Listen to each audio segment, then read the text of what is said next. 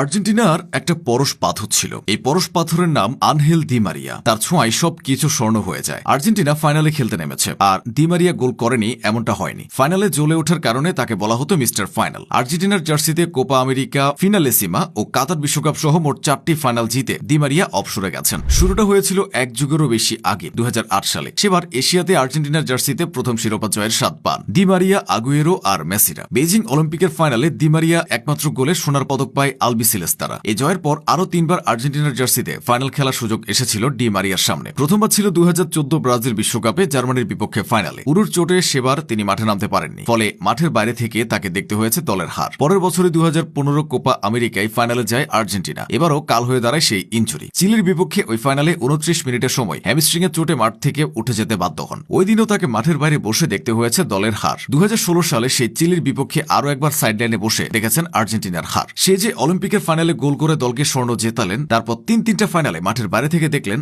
দলের হার। আক্ষেপে পুড়েছেন, তবে পুড়ে ছাই ভস্য হননি। মুষ্টিবদ্ধ হাতে হয়তো প্রতিজ্ঞা করেছিলেন শিরোপা জিতিয়ে দলকে কলঙ্কমুক্ত করবেন। অবশেষে আসে সে মাহেন্দ্রক্ষণ। 2021 সালের কোপা আমেরিকার ফাইনালে ব্রাজিলের মুখোমুখি হয় আর্জেন্টিনা। না, এবার দি মারিয়া ইনজুরিতে আক্রান্ত নন। ফাইনালে তিনি খেলবেন। দি মারিয়া খেলবেন মানে কিছু একটা করবেন, করলেনও। মাঝমাঠ থেকে ডিপলের পাঠানো বলটা নিলেন বাঁ পায়ে, তারপর সেটা গোলকিপারের মাথার উপর দিয়ে জড়িয়ে দিলেন চালে। তার ওই গোলে জয় পায় আর্জেন্টিনা। সেটি স্রেফ জয় ছিল না, দীর্ঘ 28 বছর পর আর্জেন্টিনার কোনো আন্তর্জাতিক শিরোপা ছিল। তবে দি মারিয়া থামলেন না। 2014 সালের বিশ্বকাপে চেয়ে চেয়ে দেখেছিলেন দলের হার, তাই এই বিশ্বকাপে কিছু একটা করা লাগতো। চলে আসে কাতার বিশ্বকাপ, কিন্তু কাতার বিশ্বকাপের বেশিরভাগ সময় কোচ লিওনেল স্ক্যালোনি তাকে খেলাননি। গ্রুপ পর্বে মেক্সিকোর বিপক্ষে নেমে লিওনেল মেসিকে অ্যাসিস্ট করেছিলেন। এরপর থেকে শুরুর একাদশে তিনি ছিলেন না। তবে ফ্রান্সের বিপক্ষে ফাইনালে মাস্টারমাইন্ড কোচ স্কোলানি তাকে শুরু থেকেই শুরু করালেন। ম্যাচের শুরু থেকে মাঠের বাঁ প্রান্ত থেকে দি মারিয়া যেন উড়ছিলেন। 22 মিনিটের মাথায় আর্জেন্টিনাকে পেনাল্টি এনে দিলেন। পেনাল্টি থেকে মেসি দলকে এগিয়ে নিলেন। এবার লিড এনে দেবার পালা। ম্যাচের 36 মিনিট চলছিল। গোল হজম করে সমতার চেষ্টায় থাকা ফ্রান্সের ডিফেন্স ততক্ষণে হজ